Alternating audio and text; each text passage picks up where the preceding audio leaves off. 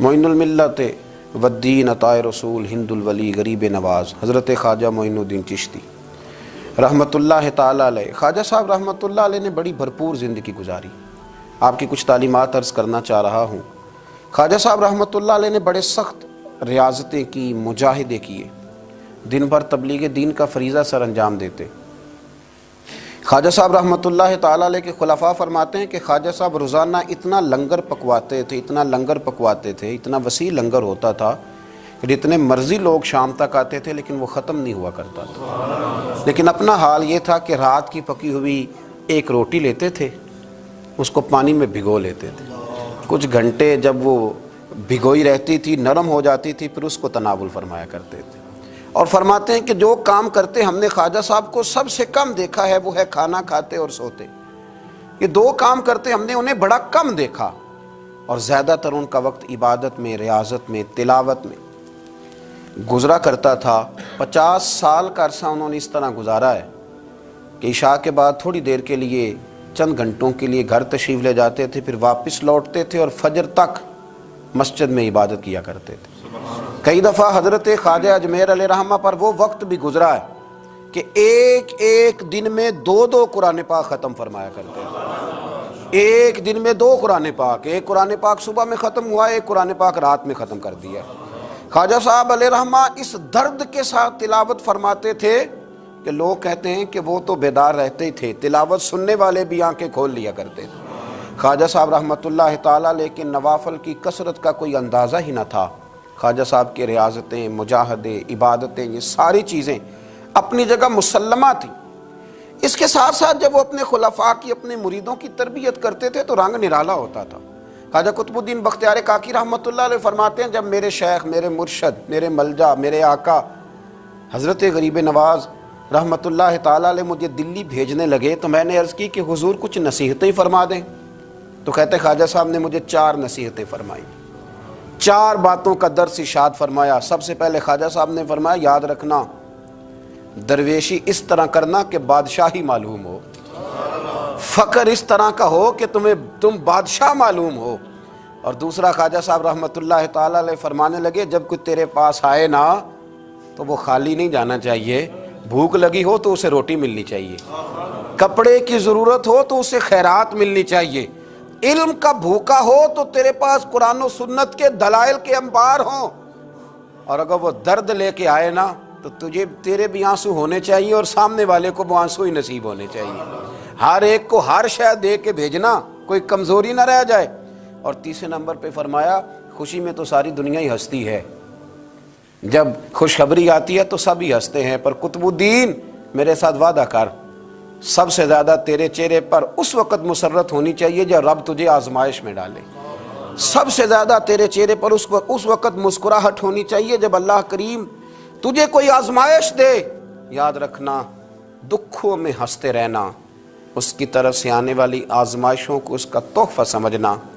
قطب الدین یہ تیرا رنگ جب بنے گا تو پھر میں سمجھوں گا میں نے تربیت کی۔ اور چوتھے نمبر پہ فرمایا یاد رکھنا دشمنیاں نہ پالنا، بلکہ دشمنی کے جواب میں بھی دوستی پالنا، اس لیے کہ جو دشمنیاں پالتے ہیں وہاں بغض پیدا ہوتا ہے، اور جو دوستیاں پالتے ہیں ان کے دلوں میں اللہ محبت کی خوشبوئیں پھیلا دیا کرتا ہے۔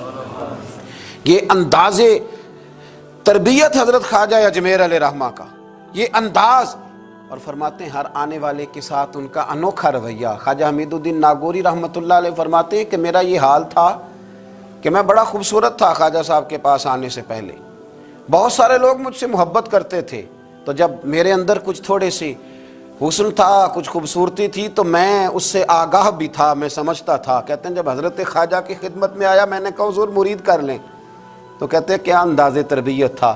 فرمانے لگے جہاں پہلے ہی اتنے لوگ بستے ہوں وہاں معین الدین کیسے بسیرا کرے گا، اتنے لوگوں کی موجودگی میں کیسے آؤں گا میاں، پہلے اتنے بسائے ہوئے ہیں سب کو نکال۔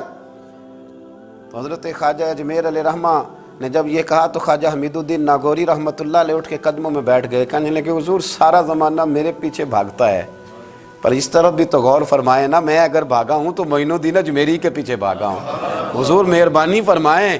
خواجہ اجمیر نے بیعت فرمایا، جب اٹھ کے باہر نکلے نا تو ایک شخص کہنے لگا حضور یہ نوجوان ہے، میں اس کو جانتا ہوں، اس طرح کے نوجوان یوں ہی ہوتے ہیں۔ فرمایا اچھا تو جانتا ہے نا، پر معین الدین کا بننے سے پہلے جانتا تھا، اب یہ میرا بن گیا، اگر جاننا ہوا نا تو ذرا جا گلی میں کچھ لوگوں سے بات کر رہا ہے، دیکھ لے کیا بات ہو رہی ہے۔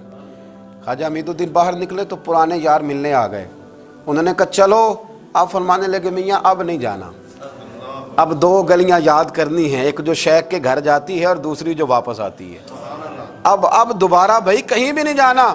نے کہا جناب وہ فلاں بھی بلا رہا ہے، تو خواجہ حمید الدین صاحب نے کوئی بڑا ہی جملہ بول دیا، فرمانے لگے وہ بلا رہا ہے تو کیا ہوا، اب تو جنت کی حور بھی بلائے گی تو نہیں جانا، اب نہیں جانا، اب میں نے تربیت لے لی ہے، اب میں نے فیض لے لیا ہے، اب میں نے ادھر ہی توجہ رکھنی ہے جہاں کا میں ہو گیا ہوں۔ ایک در پھڑیے محکم پھڑیے، پھر ایک دئی ہو کے مریے، یک در گیر تے محکم گیر۔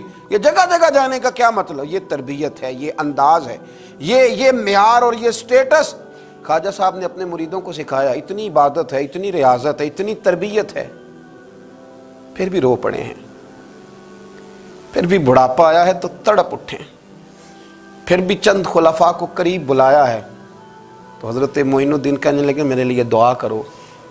تو کہا حضور 90 سال کے قریب عمر ہو گئی، زندگی بھر آپ کو وضو میں دیکھا، حضور زندگی بھر سجدے میں دیکھا، زندگی بھر رعنائی میں دیکھا، تبلیغ میں دیکھا، خدمت میں دیکھا، لوگوں کو کھلاتے دیکھا، گھر کے اندر سے لے کر باہر تک ہم نے آپ کو دوسروں کا سوچتے ہی دیکھا۔ آپ نے تو اپنے لیے سوچے کچھ نہیں تو روتے کیوں ہے، دعا کیوں کراتے ہیں؟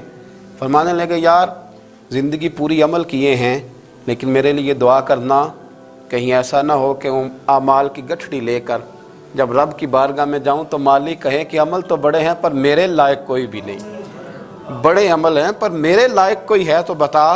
یار یہ جتنی گٹھڑی ہے نا اعمال کی، تمہیں بڑے بڑے حسین نظر آتے ہیں، پر ان میں سے کوئی مالک کے لائق بن جائے، میری کوئی قبولیت ہو جائے، میری قبولیت میں نیواں تے میرا مرشد اچا تے میں اچیاں دے سنگ لائی، اتے صدقے جاواں نہ اچیاں تو جنہ نیویں نال نبھائی۔ حضرت خواجہ اجمیر علیہ رحمان نے تربیت کی، لوگوں کے مزاج سوارے، لوگوں کے دل سوارے، اور خواجہ صاحب نے تربیت کی اور تربیت کے مراکز بھی قائم فرمائے۔ اجمیر کے فیضان سے پھر دلی میں خواجہ قطب الدین کا مرکز قائم ہوا، پھر اسی فیضان سے پاک پتن میں بابا فرید الدین گنج شکر کا مرکز قائم ہوا، پھر اسی فیضان سے خواجہ نصیر الدین چراغ دہلوی کا مرکز قائم ہوا، پھر اسی فیضان سے مہار شریف کا مرکز قائم ہوا، پھر اسی فیضان سے پیر پٹھان خواجہ سلیمان تونسوی کا مرکز قائم ہوا، پھر اسی تربیت کی روشنی میں حضرت شمس العارفین سیالوی تیار ہوئے، پھر اسی تربیت کی روشنی میں پیر مہر علی شاہ جیسے لوگ تیار ہوئے، پھر اسی ترتیب سے اسی روشنی نے بڑے بڑے مشائخ کو ترتیب دیا، اس لیے کہ وہ مرتب کرنے والے تھے، وہ ترتیب دینے والے تھے، وہ کام کرنے والے تھے۔ بنگلے، کوٹھیاں، جائیدادیں، مکان اور گاڑیوں کے ساتھ لوگوں کے سامنے نمودار نہیں ہوئے، وہ ہوئے تو اپنے تربیت یافتہ خلفاء کے ساتھ نمودار ہوئے، انہوں نے تربیت کی، مراکز بنائے۔